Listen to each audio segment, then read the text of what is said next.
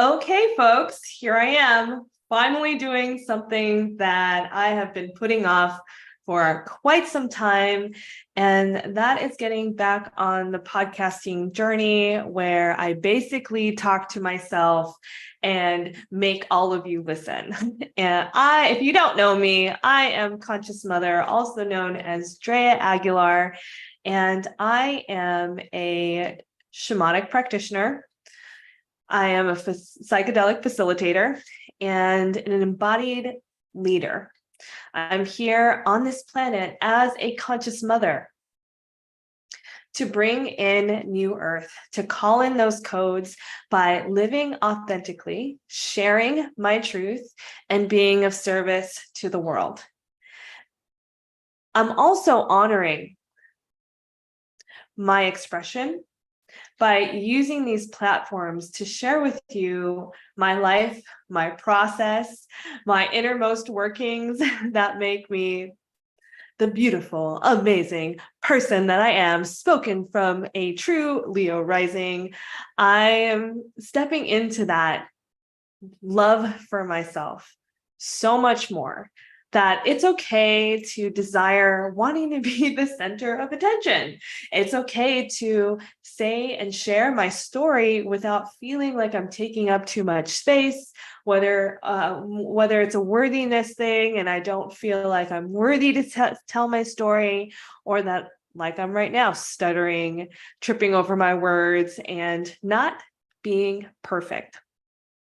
And just to flow right into this, I spent a majority of my life trying to be perfect for everybody else, perfect for this idea of what was acceptable, what was normal, and being liked by other people.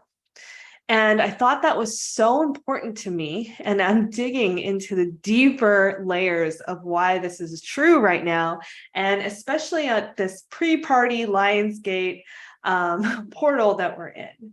And recognizing that there are so many parts to me that I'm consistently uncovering about the biggest wound that I have. And I'm going to pause right there and go into why I feel called to, and then I'll continue it. But I feel called to make this podcast today on August 7th, 2023, to share my story.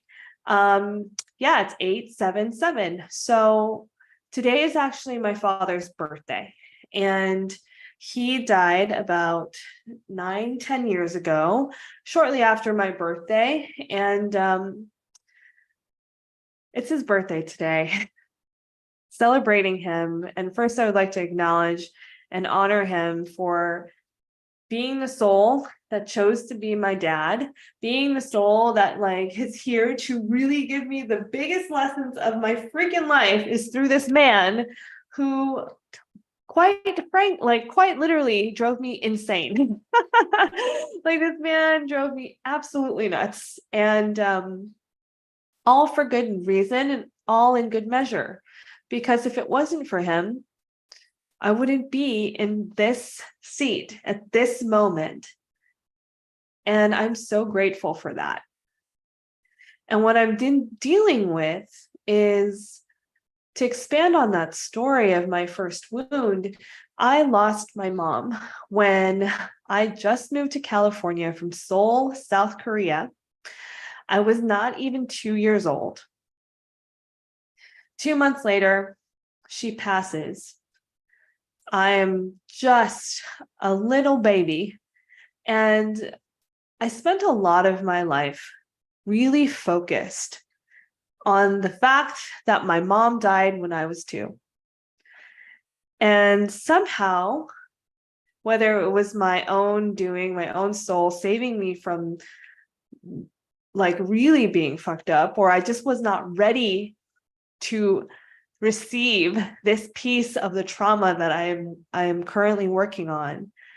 My container literally had to grow bigger so that I can actually deal with this particular thing, which I feel is quite literally the thing that's going to change my absolute life, the moment I lovingly accept it and I heal that part of myself that has been so in the frequency of not enough, unloved, lonely, abandoned, avoidant, and anxious, and really disorganized.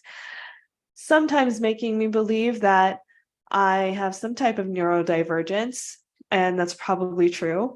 And that I do have ADHD and I have CPTSD. So just like a bunch of things that have like stood, quote unquote, in the way of what I truly desire.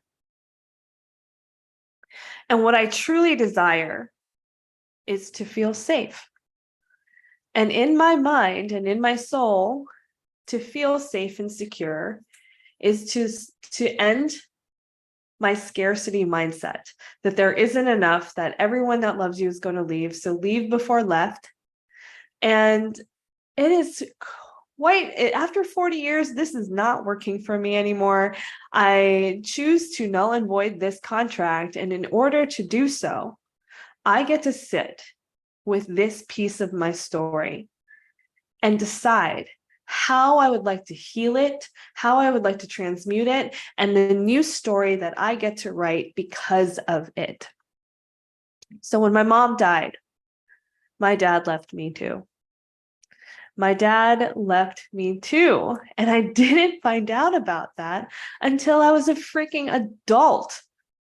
And then when it was like cognitive dissonance, I didn't like, I was like, oh, he left. Like he went to the Philippines to grieve and just didn't know what to do. So he left. Why did he leave? And then just like that, it just like kind of left my memory, whether that, I think that was a time where I was heavily numbing myself with alcohol. And as a result, I just kind of put it on a shelf. I compartmentalized that piece of my trauma. And I've been praying to God, Goddess, praying to my spirit guides, praying to my mother and my father about this specific block that I know is holding me back, that I cannot see. And how this block shows up are these symptoms of, again, not feeling enough, fear of abandonment, and scarcity. And so how that shows up in my life is I'm always in a place of just enough, like just enough, just getting by. And also how that shows up in my relationships is the type of person that I'm attracted to, because I want to save them, quote unquote, or I deeply see their heart, but like there are red flags that I am completely ignoring and then going after it only to be really hurt and disappointed. And so this wound of being abandoned by the masculine, is the complete mistrust of the masculine. And as I mistrust the masculine, that means that anything that is of the masculine principle, structure, strategy, rules, self-discipline, straight lines, right? I would say finances and tracking finances and building a business. I have a deep-seated mistrust that I am capable of creating the life that I desire to live, because that part of my being has been shut down and really like distracting, and has it feels inhibiting, like I'm like crushed and imprisoned by it, right? And so I realized today, after like having an amazing weekend with women, right? I'm like having the best time with women, and like sisterhood and connection and intuition and laughing and being silly, uh, breath work, all the things, and then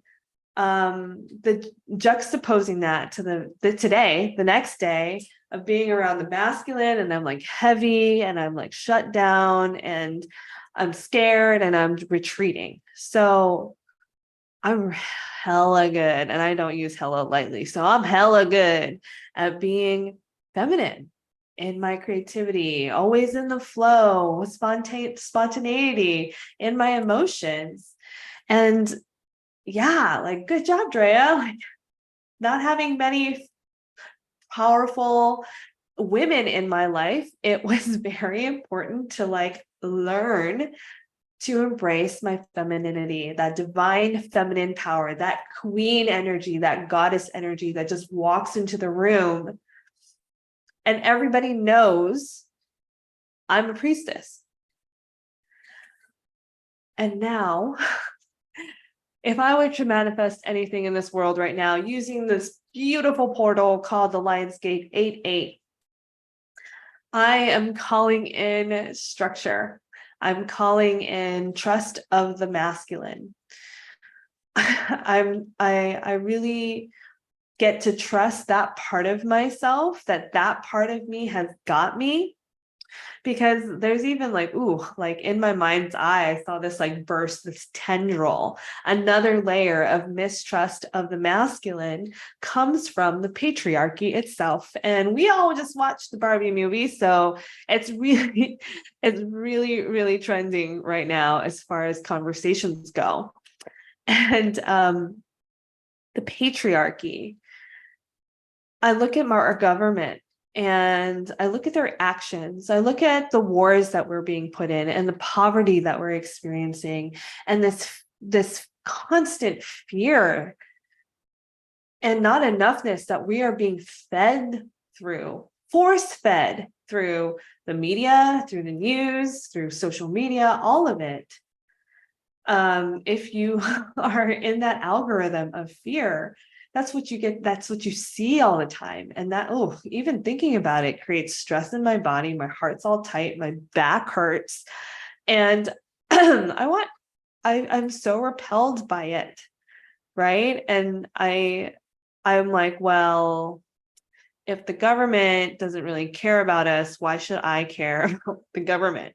And so it makes me create these actions in my life that I have a lot of resistance doing because of how the patriarchy has manipulated us.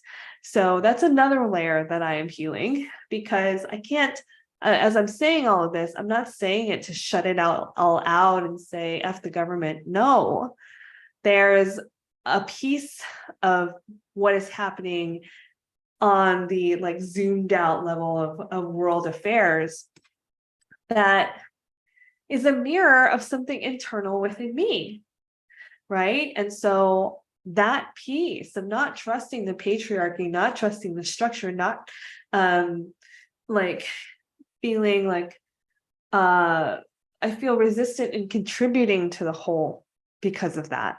Because I don't know where my money goes. I don't know where my energy goes when I give it in that direction. But if I were to, be coaching someone talking about this, I would tell them that, if I'm healing these pieces and becoming aware of these pieces within me, my external reality is going to reflect that as well. And if you've been following me or you know me, I'm very, very, very devoted in the idea of creating new earth. And when I talk about new earth, it is not a place that we're going and that we're going to like jump through a portal, kind of, right? I'm still going to be existing on this plane. The difference is the frequency, the vibration at which New Earth is operating at. And so if you look at New Earth, you probably will see New Earth kind of transpose over the old Earth, that greed, that hate, that fear, that not enoughness. We're just going to be vibrating above that, still interacting with those pieces, but living a different way.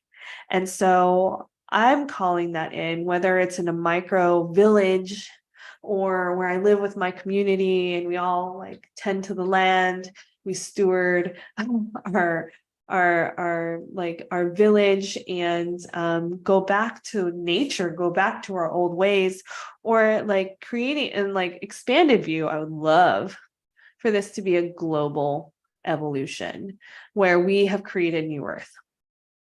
And in order to do that, we need to transform and shift our structures.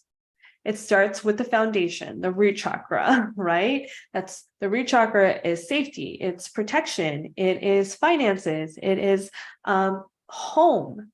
And so I haven't felt safe at home. I'm not actually from this country. I'm an alien, and I know that this is a common experience for several people who immigrate here, is they feel foreign and they don't know exactly where they belong. And it's like a longing and a loneliness. And I don't really know where I was going with that, but that was a tangent. Yeah, just like we get to create, be the creators. What has not worked in the past in this old world steeped in patriarchy is we expect someone to save us. We expect someone else to do it. And that blindingly trust these organizations that say that they've got our back and our best interests in mind. But if you survive through the pandemic, you know that is horseshit, right? They do not have our best interests in mind. So we get to have our own back. First and foremost, radical self-reliance, a great principle that I learned from Burning Man, and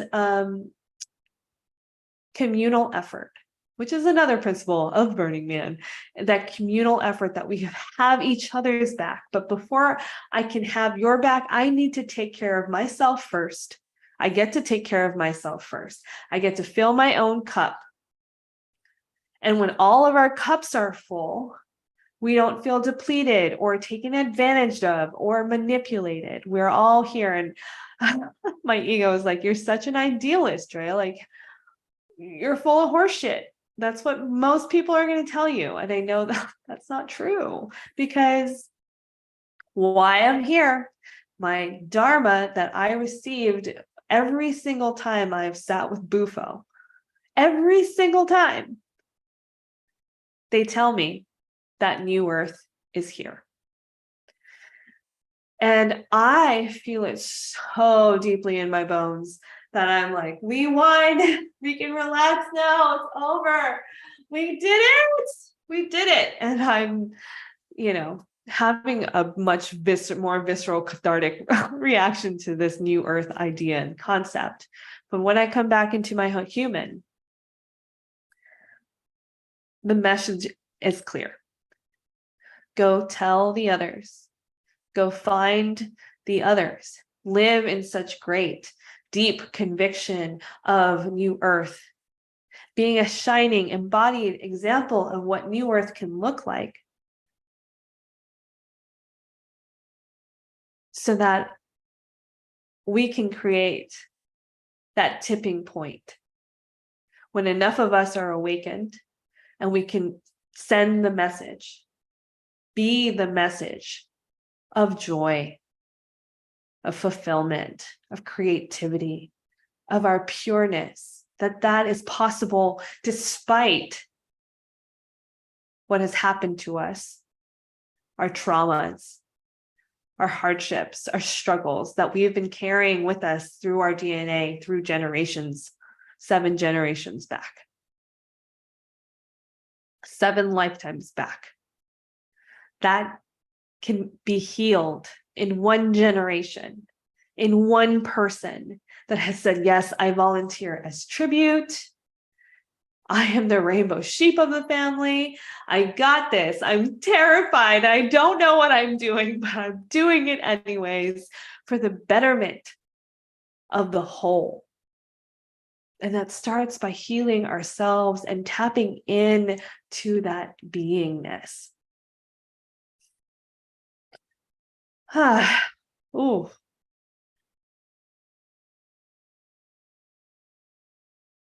I'm here to heal the mistrust I have for the masculine. If I were to call anything in on this beautiful, powerful portal called the 8-8 Lionsgate, that's that rap right there.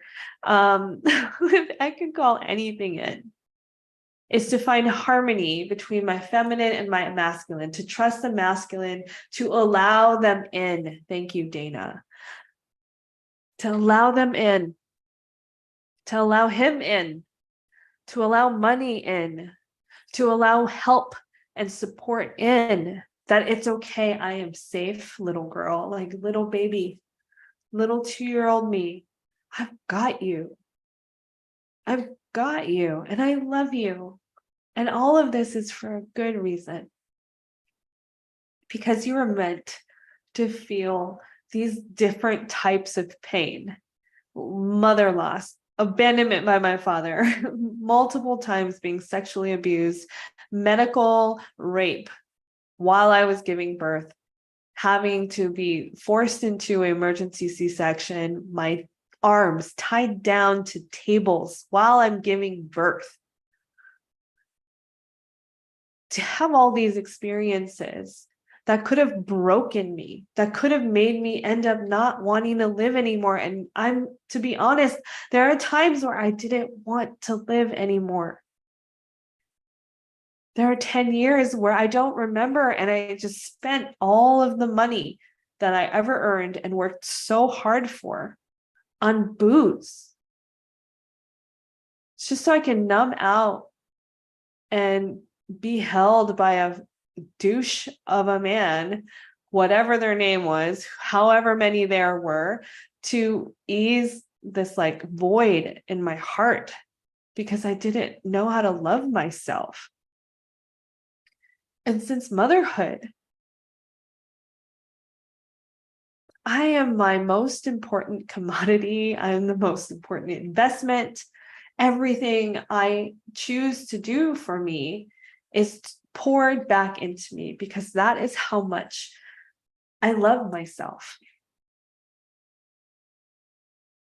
And I hope that like through that example, through this like embodiment and sharing it so often and probably to like some people's annoyance. Maybe I'm talking down to myself and you actually all love watching me. I get to be seen. I get to take up space. I get to hold my court as a Leo rising. The mask that I wear is of the performer and the queen. And that is me having to live through this drama and then not being afraid to share it. I'm here to make these pieces of media to tell a story, to share my process in real time, y'all, in real time, to be an example of quantum healing, to be an example of generational healing, and to share myself on a platform where it's just broadcasted into the universe, maybe the multiverse, and it's in service, that my story will inspire you to learn to heal yourself, to choose to heal yourself because you're worth it.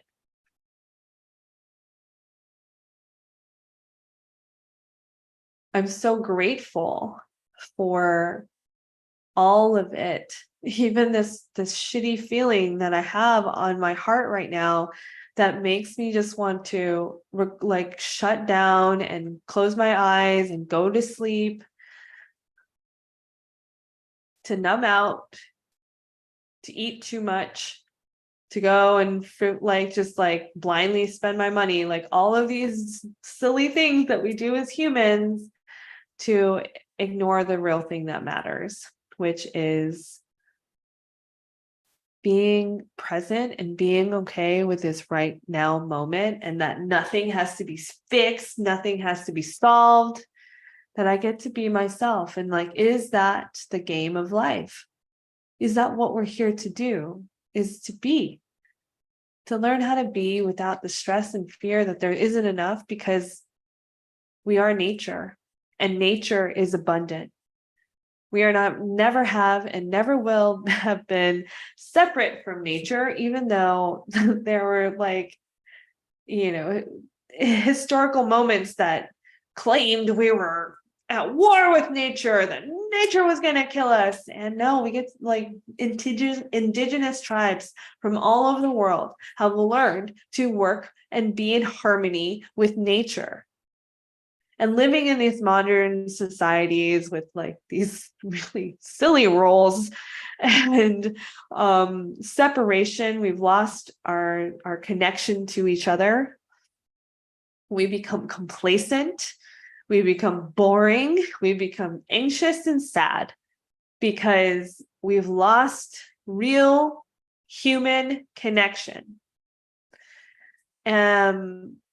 But if we were to return to the village, which is my overall new earth dream here on 8-8 for the Lionsgate to hear me, for Sirius, which is sitting right directly above the pyramids right now, and this portal of energy, Sirius is a sun as well, but bigger than our own sun, the spiritual sun to some people, shining down right now over this very specific earth coordinate, to provide us with the energy to create. So go out and be the creator. Go out and be seen. Stop hiding. Connect again to that inner child, that little girl. For me, it's that little girl, that baby who only possessed an I consciousness. My whole world was my parents, and I did not think I was separate from them as a baby. And to have them disappear can be very confusing for that baby, of like, my whole world is gone.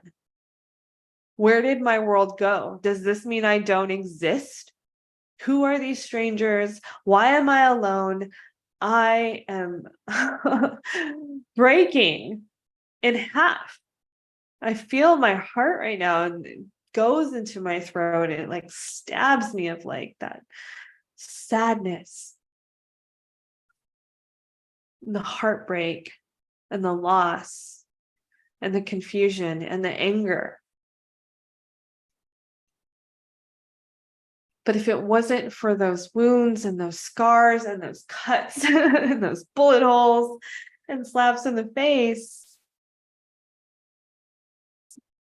I wouldn't be who I am. I wouldn't know what I know. I wouldn't feel what I feel. And I feel a lot. I feel so much all the time. It's exhausting. And I love it at the same time, because it's what has become my superpower. And that's how I get to support and help others. And the incredible results of seeing my clients just like popping off all over the place, just like, here I am. Oh, hello, like embracing themselves, doing the work, devoted to the practice of staying present, of being in joy, of honoring our truth, and allowing our feelings to be feelings that flow through us, that get to be felt, but not held on to. You see what I'm saying?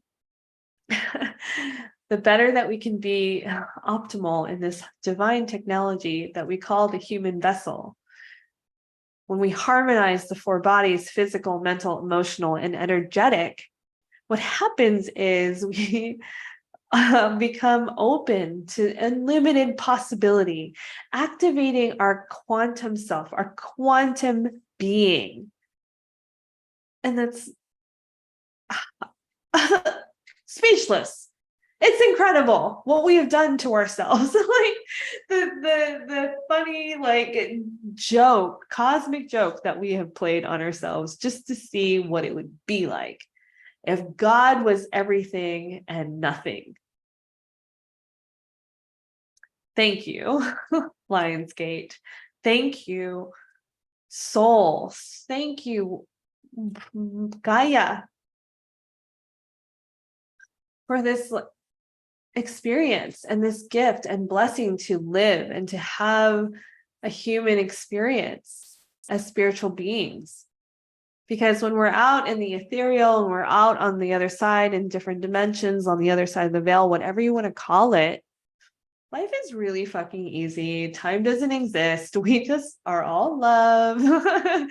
And 432 frequency, but then to come down here, just like the movie Soul, right? You watch movie Soul and like that little ghost girl, soul girl, right? Tina Fey, she's like, goes down to earth and she's like, pizza. Oh my God, smells. What is all feelings?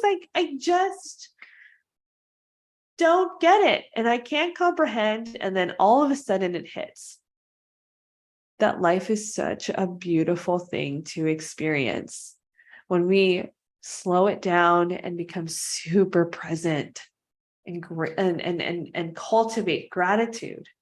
It leads us to love and enlightenment. It's so beautiful. All of it. The chaos and the mess of it all is so incredibly mind-blowing. It can hurt your brain and you're like, I don't know what's real. But guess what? This is all real. This is the timeline that we are choosing that is going to shift all of humanity. And it changes through our approach. Because I'm going to end it here, because we've grown up in generations of trauma of like blame and pointing the finger and being either the victim or the villainizer, but not like taking responsibility, because we didn't have the tools and the resources and the knowing to even access that form of consciousness. But here we are. Now is the time. And now it becomes a choice on your approach. How do you choose to approach life? How do you choose to approach the external factors that might have irritated you in the past, that are triggers? Can we respond, taking a breath, allowing it to move through us first before acting on it? And here's the trick. Letting it move through us and then acting on it without hesitation, without the ego telling you to doubt yourself, that judges, that, results in self-sabotage and betrayal. Like, that's a dance that we all get to learn. And simply, that's what embodiment is all about. And so what are you choosing right now during this 8/8 Lionsgate of 2023? What are you choosing to embody? I'll leave you with that. If this podcast resonates with you, if you have questions, if you want to share what you're choosing of embodiment, leave it in the comments, reach out, feel free to send me a little DM and how this is all landing for you. All right, everybody, peace out.